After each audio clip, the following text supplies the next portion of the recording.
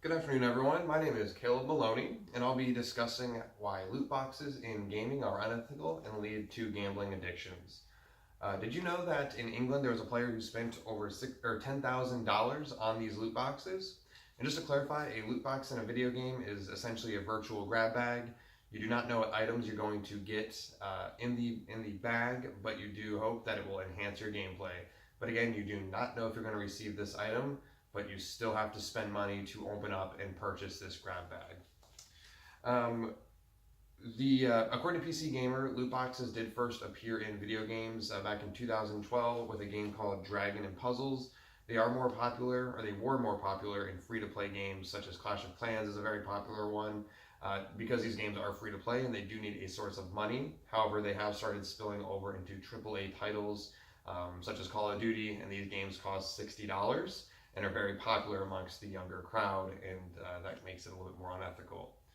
I believe it does lead to gambling. A lot of these children obviously have not fully developed minds, so they don't realize what they're doing and that they're virtually playing a virtual slot machine. There was a man who spoke to Kotaku, which is a kind of a gaming news network. He spent over $17,000 in 3 years on these loot boxes.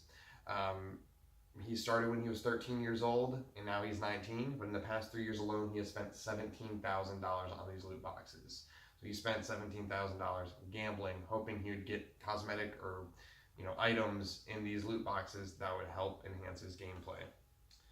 I believe, though, that in order to stop this unethical practice from occurring, we need more regulation. Fortunately, we're not seeing too much cooperation. The Entertainment Software Association, the ESRB, will not claim that it is a form of gambling because loot boxes are an optional purchase, which is true. No one is forcing me to buy this. However, they are requiring games to put in-game purchases on the front of the video game box art if it is going to include in-game purchases like a loot box, so at least people can get a heads up, especially parents, that their children might be buying loot boxes. We do see a U.S. representative, though, by the name of Chris Lee of Hawaii. He did say that these are predatory practices put on by these large companies, which I fully agree with. They're taking advantage of little kids whose minds are not fully developed and who have access to their parents' credit card. The Department of Computer Science, though, at York St. John University in Australia, polled 7,422 gamers. They found that 78% of them have bought a loot box. This ranges from $1 to $100, and their income did not matter, whether you're lower class or upper class. Everyone seems to be buying these loot boxes.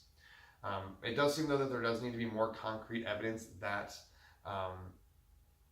these loot boxes lead to gambling, which is why we're not seeing too much legislation pushed. However, likely there is one country in the world that has banned these loot boxes, and that is Belgium. They did say that it is a form of gambling, so likely we are seeing pushback by one country.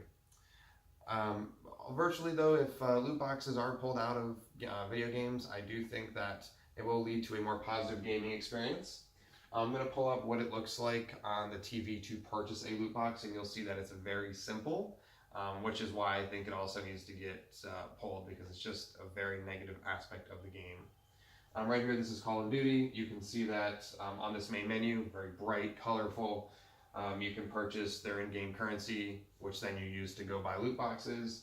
Ranges from $2 up to $100. I didn't need a password because I'm an adult to let my child access this screen. Anyone can purchase these. A lot of gamers do think that it's also unethical because you're paying $60 for these games and then you're getting nickel and dimed, which honestly I feel like that sometimes. Being a gamer myself, I'll pay $60 and then I just feel like I'm being hounded by these game companies to continue spending $1 here and there. And my thought is, I spent $60 on the game. Give me the game. Don't make me gamble to purchase these items. Hopefully, though, in the future, we will see more legislation pushed. However, I don't think this is the biggest concern on lawmakers' minds, which I agree with. However, gamers need to make a stand as well. They need to stop purchasing these loot boxes. It's happened before. People do try to start these trends on Twitter, on Reddit, things like that. Don't purchase loot boxes. Don't purchase loot boxes. It works for a little bit. However, everyone kind of gives up. The fad dies off and people go back to buying loot boxes because they're addicted and they hope they can get that item that they